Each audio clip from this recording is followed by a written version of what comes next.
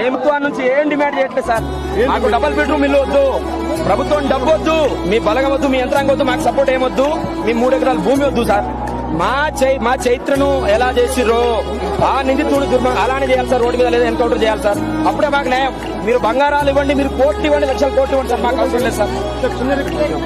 నాకు డబ్బు లేదు, నా భూమి వద్దు, ఏదొద్దు, నా రెక్కల కష్టం నాకు చాలు. అది ఎలా కిరాత కష్టపడి ఆయన తెచ్చి చంపాలి, అది మేలు సార్.